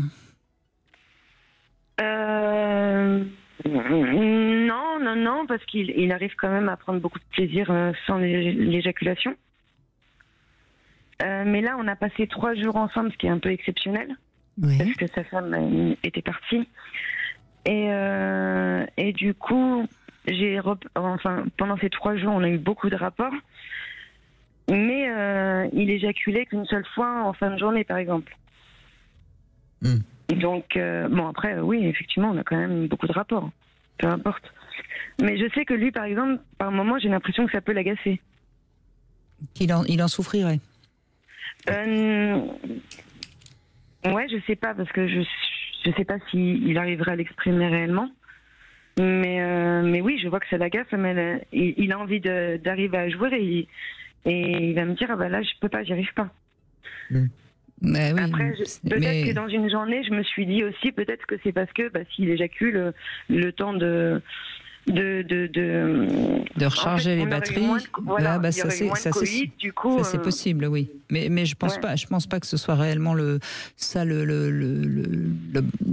Alors, il y a des hommes qui, via la masturbation, justement, ont acquis, on parlait de mode excitatoire de façon personnelle à s'exciter, des modes très serrés ou très rapides, etc., qui peinent après à retrouver à travers une relation en pénétration où c'est beaucoup plus lâche, où c'est beaucoup plus mou, j'allais dire, et ils n'arrivent pas à retrouver les mêmes conditions que dans la masturbation. Après, il y a l'homme qui est dans un mode beaucoup plus de dons, de pilotage opérationnel pour amener l'autre à jouir. C'est des hommes hétérocentrés et pas assez égocentrés, pas assez connectés à ce qui les excite eux, et qui se retrouvent, une fois que vous avez un orgasme, dans l'obligation d'avoir une éjaculation, et là ils vont faire des tas de gestes et des tas de trucs, mais ils ne seront pas connectés à des excitations. Et puis il y a peut-être aussi, vu que vous êtes dans un couple où lui est marié, cette peur d'avoir une éjaculation plus ou moins consciente, avec peut-être la menace d'une grossesse potentielle derrière qui l'entraînerait dans une vie qu'il n'a pas fatalement souhaitée. Ouais, sauf que ça, non, parce que du coup, il a toujours eu ce mécanisme comme là avec d'autres femmes. D'accord. Et pour ce qui est du serrage, dans ces cas-là, pourquoi pendant la sodomie, ça ne génère pas plus Parce que, alors, quand vous n'éjaculez pas, de toute façon, c'est pas compliqué, c'est que vous n'êtes pas, sauf si vous avez certains dons, mais ça va être compliqué, sinon ça va être que vous n'atteignez pas un certain niveau d'excitation sexuelle. C'est simple. C'est un réflexe, l'éjaculation. Ça se déclenche à partir d'un niveau d'excitation. Donc, si vous n'y parvenez pas, c'est que vous avez un niveau qui est insuffisant, vous n'êtes pas assez connecté à ce qui vous excite, tout simplement. Et il n'a pas trouvé le moyen de s'alimenter lui dans ce qui l'excite suffisamment. Et s'il est dans l'urgence de vouloir éjaculer, alors là, il va carrément mettre les rétrofusées. Ça n'a jamais stimulé cette idée-là. Alors peut-être qu'il y a quelque chose parfois qui fonctionne. Je vous donne la petite astuce, puisque vous avez parlé de sodomie, ça veut dire que vous êtes assez libre sexuellement. Parfois, ces hommes-là, lorsqu'on introduit quelque chose dans l'anus, ça peut provoquer un relâchement qui permet l'éjaculation. Chez lui? Chez lui, oui, bien sûr, chez lui. Ok. Donc j'avoue que j'ai pas trop questionné là-dessus. Je sais pas encore s'il est ouvert. Oui, il vaut mieux quand même peut-être lui en parler avant, ça me paraît mieux. Ouais. Mais ne lui en parlez pas pour le faire éjaculer. Hein. Oui, bien sûr. Dites-lui que vous avez envie de lui faire plaisir, de stimuler un petit peu sa prostate, son point H ou je ne sais quoi. Et puis parfois, ça peut aider un homme à ce moment-là, parce que du coup, ça crée une sorte d'abord de relâchement au niveau des sphincters et au niveau du périnée. Et ça permet, ça marche parfois. Je ne dis pas que ça va marcher. Hein. Ça dépend réellement des raisons qui fait que il bloque son excitation. Parce qu'en fait, c'est ce que dit Bruno Martin est très clair. Hein. L'excitation, elle va être de 0 à 10. Quand elle dépasse 7,5, 8, il y a le réflexe de l'éjaculation. Et donc, visiblement, il reste toujours en dessous de 7,5. Alors, il y a des jeux... Il y a des jeux potentiels aussi, hein, c'est-à-dire que plutôt que d'avoir des relations systématiquement, tout le temps en même temps, on se fait plaisir en même temps, s'embrasse en même temps, on monte en même temps, il y a peut-être des 10 minutes, je m'occupe de toi complètement, et 10 minutes, la réciproque. C'est-à-dire, il y a des moments, il faut le reconnecter à ses propres, à sa réceptivité à lui. C'est-à-dire... l'emmener à se faire plaisir à 100% en recevant quelque chose de vous. Il faut qu'il se réhabitue à prendre des excitations et à vous guider dans ce qui l'excite. Après, j'essaye, hein, par exemple à travers la fellation. Enfin, j'essaie de me concentrer sur lui. Ce genre d'homme, c'est rare que ce soit lors d'une fellation qu'ils vont pouvoir lâcher en premier. Hein. De ses dires, son plaisir, c'est la fellation. Après, je sais qu'il est très excité par les gros seins et que j'ai pas de seins, par exemple. Donc je me suis aussi posé la question, est-ce que finalement... Vous savez, sincèrement, Noah, je pense pas que votre responsabilité soit très présente dans ce genre de situation. Un homme qui a du mal à éjaculer, c'est généralement lui qui a la réponse. C'est souvent des gens qui sont justement un peu obsessionnels ou dans le contrôle ou c'est des traits de caractère qu'on connaît bien en sexologie et c'est pas la femme qui est responsable de quoi que ce soit. Il faut qu'il apprenne à se servir de vous, égoïstement. Ok. Même dans un jeu. Et puis vous savez, Noah, il y a aussi il y a aussi ce problème des habitudes qu'on prend sexuellement, que ce soit les hommes ou les femmes. D'ailleurs, on a l'habitude d'arriver à jouir de telle manière, et quand on est trop habitué à ça, c'est très compliqué de changer. C'est pour ça que parfois il faut surprendre l'autre. Et c'est pour ça que je vais vous donner ce petit truc qui parfois marche. Voilà. D'accord. Et bien merci. Noah. Merci pour le conseil. Et juste, j'aimerais rajouter j'ai eu l'occasion de vous rencontrer au salon de l'érotisme à Albi. Oui. Donc voilà, j'ai pris votre bouquin et vous m'avez écrit un petit message dessus. Et voilà, j'ai été très touchée de vous rencontrer. J'ai vu vos photos magnifiques, votre exposition. Je suis venue que pour vous là-bas. Et voilà, j'ai perdu mes moyens total quand je me suis retrouvée face à vous. Oh il fallait pas, Noah. Et en tout cas, merci. Et je sais que ça a été très très agréable pour moi de vous rencontrer en vrai, tous et toutes. Et j'étais ravie d'être là. Voilà. Je vous embrasse, Noah. Au revoir. Au revoir. On fait une petite pause, on se retrouve pour le Sexo Conseil. Venez apporter votre témoignage et réagissez à l'émission en appelant dès maintenant le 0826 300 300. 14h-16h, Brigitte Lahaie, Sud Radio. Le Sexo Conseil. Eh bien, Bruno Martin, dans ce Sexo Conseil, je pose la question, peut-on apprendre à faire l'amour ? Eh bien, oui et non. Apprendre, on peut s'informer sur toute la panoplie, l'éventail des choses, mais on va apprendre à connaître la personne qui est avec nous. Alors, en effet, on peut apprendre dans les livres, mais c'est surtout en s'exerçant qu'on va apprendre à faire l'amour. Donc, il faut faire des travaux pratiques. Néanmoins, il y a quand même quelques points essentiels. Tout d'abord, il faut accepter de ne pas tout savoir, parce que ça, c'est le problème de certaines personnes qui croient que ça y est, ils ont compris et qui vont rester dans leur rôle et surtout ne pas bouger, ne pas changer. Il faut apprendre à savoir ce qui nous plaît et ce qui plaît à son ou sa partenaire, et ce qui va permettre donc du coup d'aller à la découverte, en d'autres termes, d'oser peut-être des choses qu'a priori on pense ne pas aimer ou ne pas avoir envie de faire. Ensuite, il faut accepter que la sexualité, ça relève plus de l'inconscient que du contrôle, si vous préférez du lâcher-prise que du contrôle.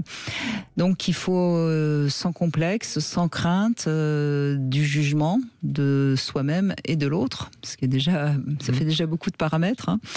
Une fois, en tout cas, ces règles essentielles bien intégrées, eh bien, il faut apprendre à mieux ressentir son corps, donc être plus réceptif à ce que les messages que le corps envoie, c'est-à-dire qu'il faut vraiment être dans son corps et le moins possible dans sa tête.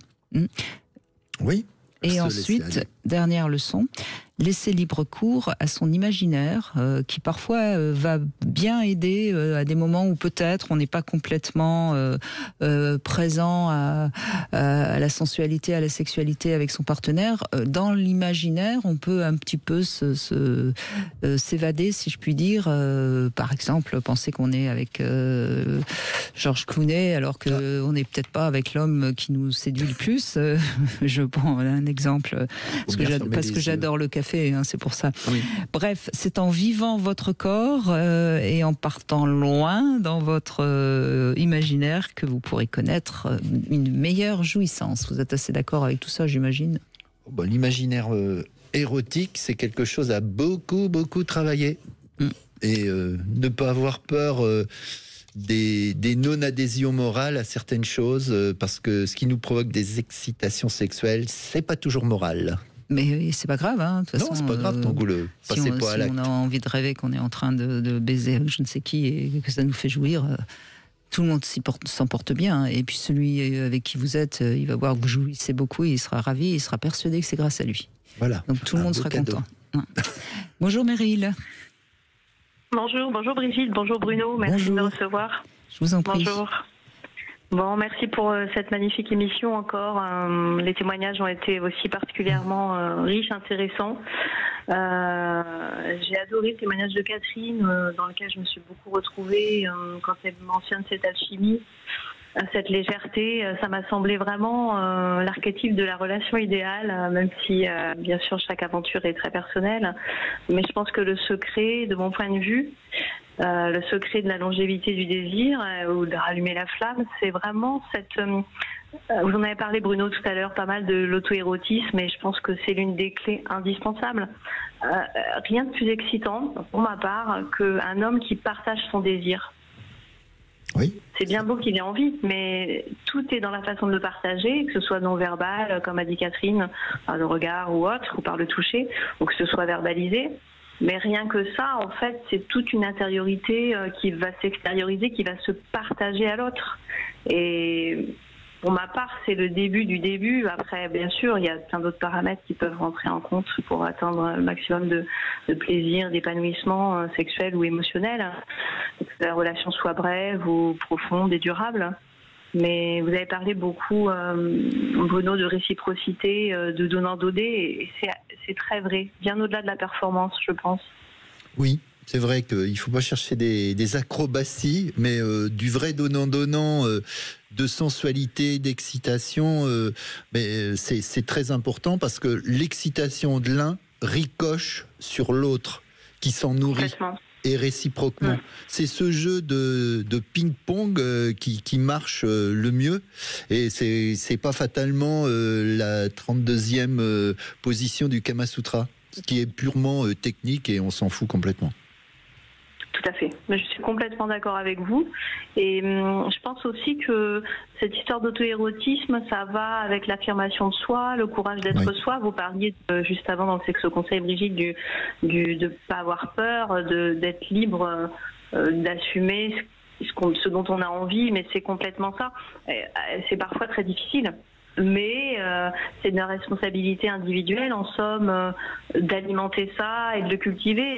L'autre ne vient qu'en miroir, finalement, trouver un écho à ce qu'on porte en nous.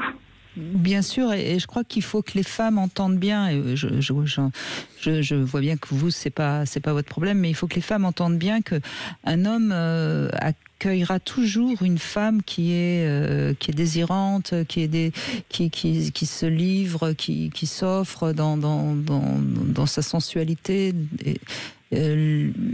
Je crois que les femmes ne doivent pas avoir peur de se livrer, quoi. Ah oui. Non, mais vous avez, c'est assez remarquable. Ça, c'est vrai que auto-érotisme et affirmation de soi sont assez proches.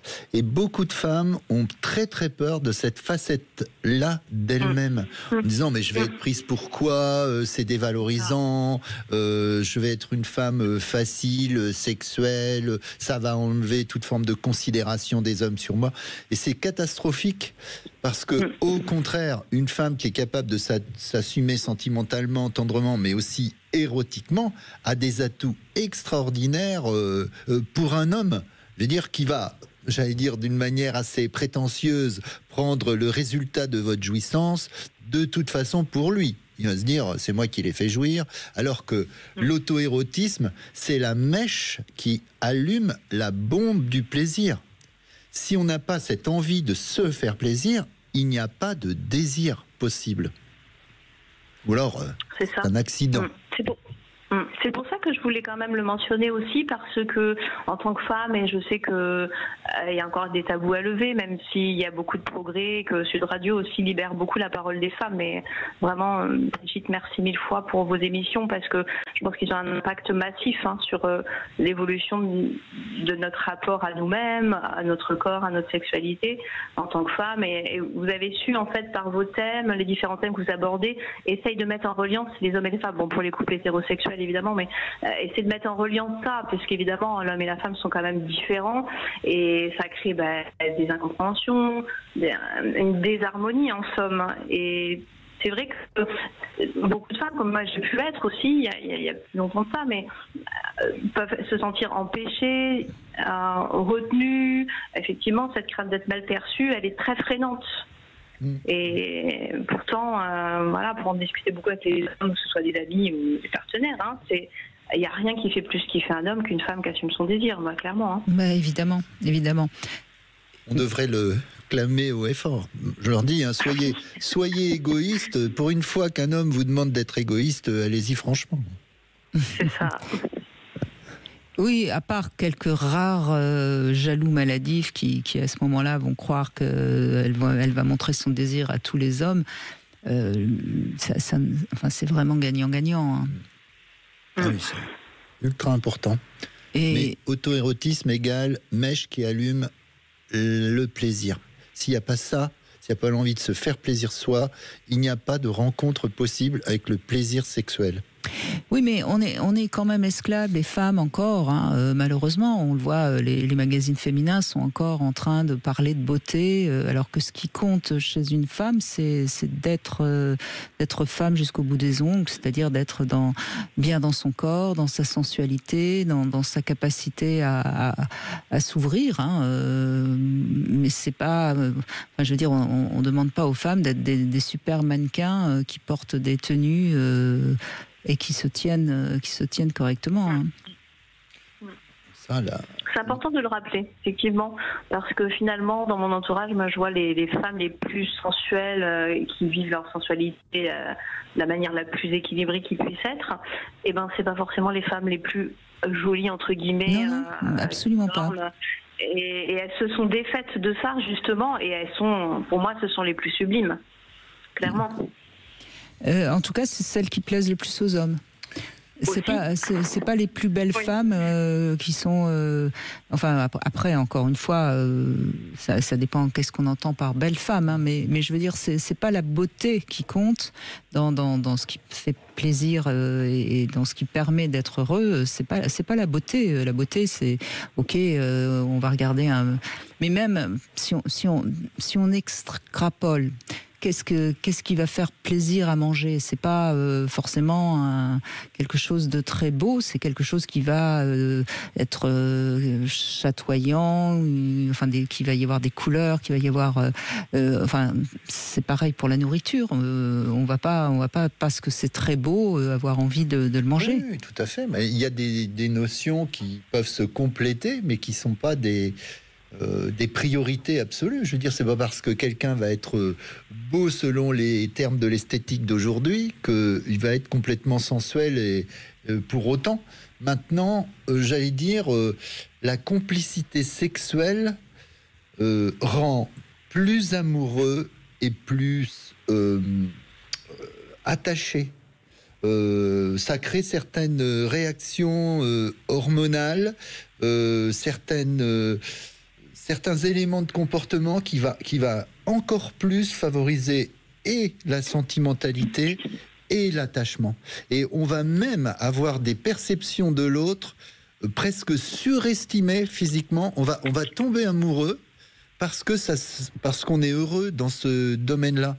On va accentuer l'intensité de l'amour.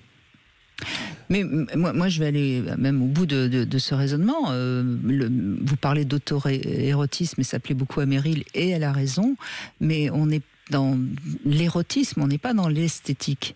Et quand on regarde un couple faire l'amour, c'est pas spécialement beau. Ça peut être excitant, mais c'est pas beau au sens de la beauté esthétique. Ce qui excite n'est pas fatalement beau ni moral. On est d'accord. Voilà. Donc, continuez, Meryl, vous êtes sur la bonne voie.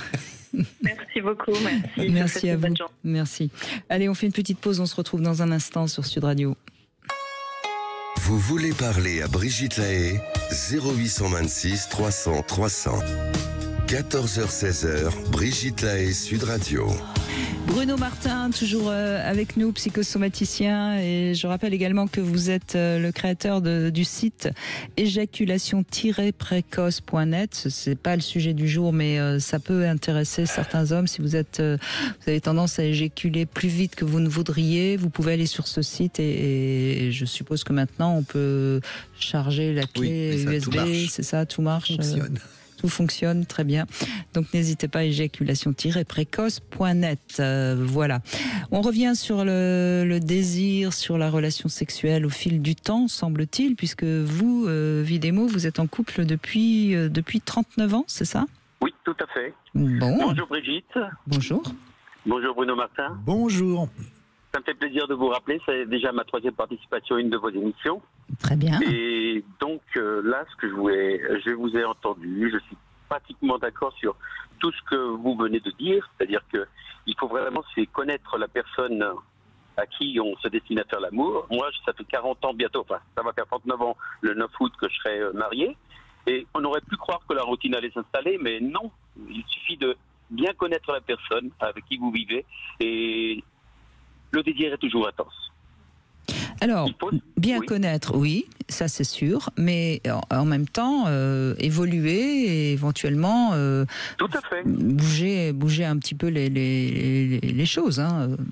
Oui, mais faut-il encore savoir, c'est qu'elle soit disposée à vous dire clairement, à être sincère avec vous, parce que si elle vous dit qu'elle ressent du plaisir, qu'elle ne ressent rien, vous allez toujours errer à la recherche de quelque chose que vous ne trouverez jamais. Moi, mon épouse m'a toujours dit, si elle sentait mieux d'un côté, avec un geste de plus, ou une zone à toucher plus que d'autres, ces zones érogènes, et aujourd'hui, ce qui est sans ça, c'est qu'au départ, on commençait à varier les positions, à faire des choses qu'on n'avait jamais faites. Mais moi, ça fait déjà une dizaine d'années que j'opère de la même manière, et c'est elle qui me le redemande. D'accord, vous avez trouvé votre mode de fonctionnement qui très bien, hein, très bien. Encore une fois, il n'y a pas de règle. Hein. On ne va pas commencer à dire qu'il faut tout le temps changer. Donc vous faites toujours la même position? Oui, les mêmes stimulations surtout. D'accord, oui, bien sûr. Vraiment, la zone que je privilégie, et c'est vrai que exciter avant de faire pénétration ou tout autre, c'est une chose primordiale. Vraiment, l'excitation de la zone vulvaire, c'est la primordiale de toutes. Et une fois que c'est excité, je ne fais pas comme n'importe qui. C'est-à-dire que un homme ne pense que faire des va-et-vient, Non. Généralisons pas sur cette idée reçue qui est fausse. Je précise quand même que dans la dernière enquête sur la sexualité des Français, qui date d'un an, je crois, il y a plus d'hommes qui font des cunis que de femmes qui font des fellations. Donc, oui, c'est vrai, ça aussi. Donc, rendons quand même aux hommes ce mérite. Parce que c'est vrai, on entend trop souvent, je trouve, des critiques sur les hommes, alors que la plupart sont dans l'envie de faire jouir leur partenaire. Et... Vous êtes d'accord là-dessus, Bruno? Oui. Vous avez l'air vous avez des réserves. Oui, j'apporte une petite réserve parce que c'est vrai que certainement les hommes ont beaucoup évolué sur l'envie de faire plaisir à la partenaire, varier les stimulations, faire du sexe bucco-génital, etc. Mais quand même, je pense que l'idée de la pénétration, du sillage permanent dans une pénétration est quand même profondément ancrée dans l'inconscient masculin. Oui, mais l'un n'empêche pas l'autre. Alors, c'est pas que ce soit désagréable non plus, mais il faut trouver quand même le rythme, les zones, la manière qui correspond à la personne qui est avec vous.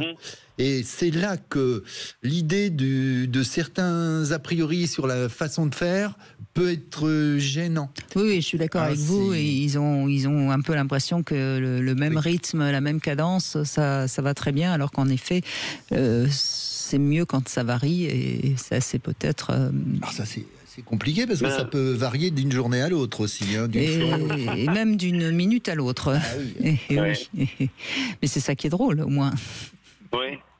Non, moi j'ai non seulement il y a pénétration, mais je n'arrête pas la masturbation. C'est-à-dire que j'ai repéré, j'ai vu dans des vidéos où les femmes aimaient se stimuler le clitoris pendant qu'elles étaient pénétrées. Moi, j'ai fait la chose suivante, c'est que je ne l'ai pas laissé. Mon épouse, jamais ne l'aurait fait, voyez-vous. Donc moi, quand je sens qu'elle est vraiment excitée, c'est là que je la pénètre.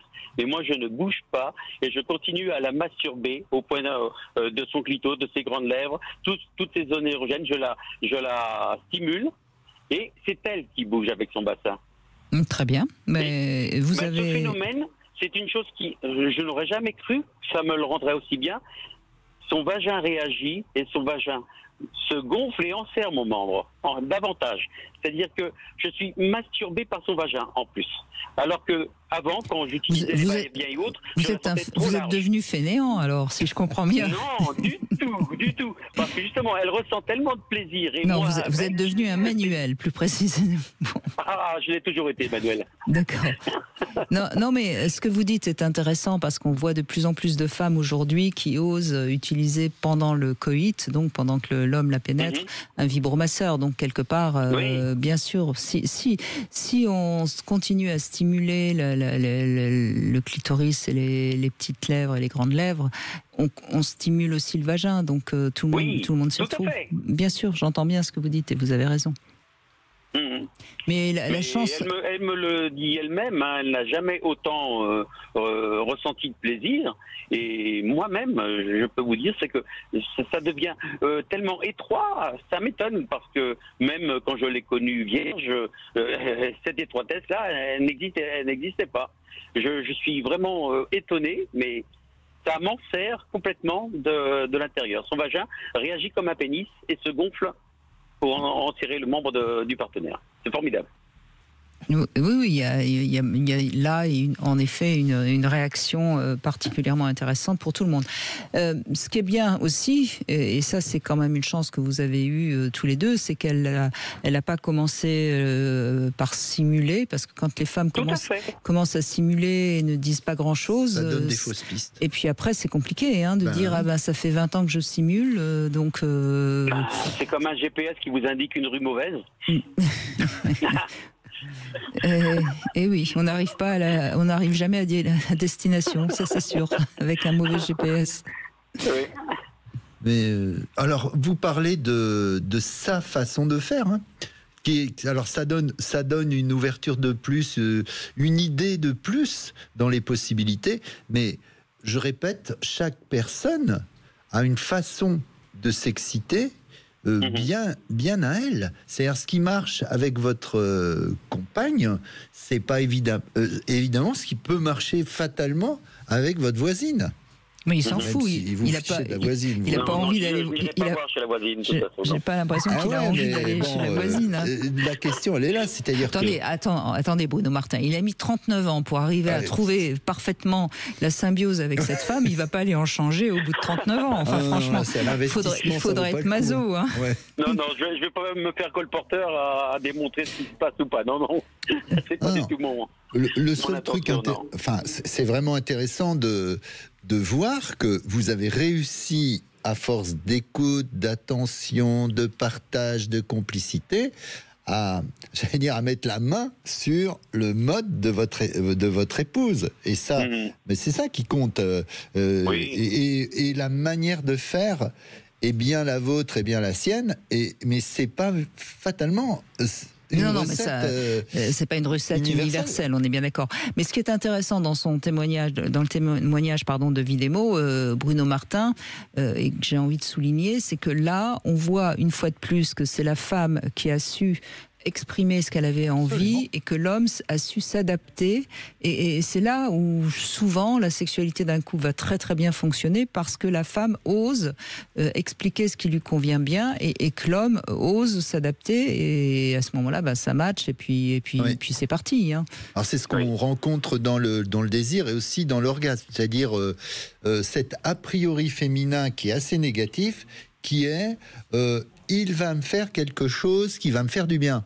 C'est ça. Tous les hommes veulent bien, mais on n'est pas devin ni médium. Si on ne nous guide pas d'une manière ou d'une autre, on ne va pas prendre une boule de cristal et cocher les boules, les grilles du loto.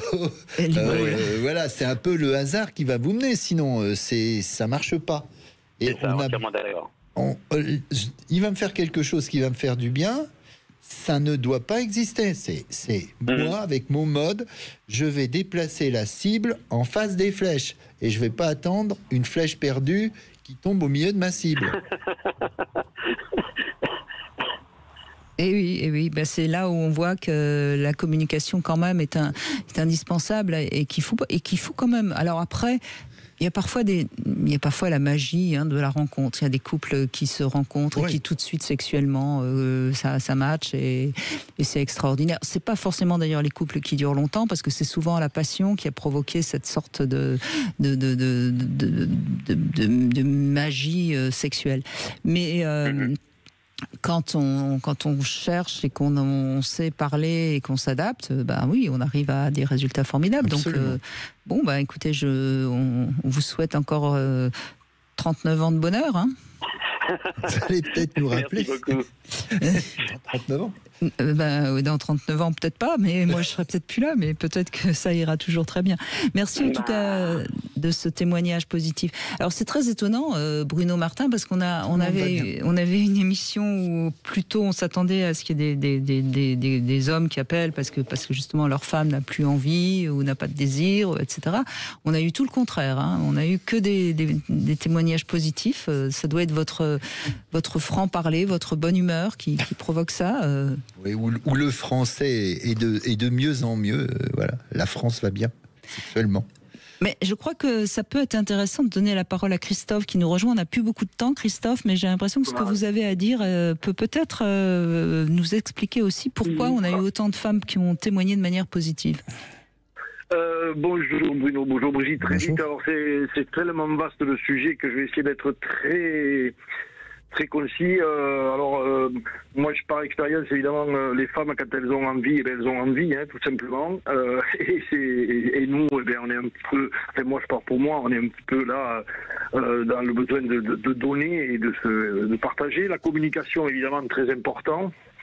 Ensuite, moi, personnellement, je suis en couple depuis peu, donc avec une femme plus jeune que moi qui a un appétit sexuel débordant. Donc, c'est pas très compliqué pour moi.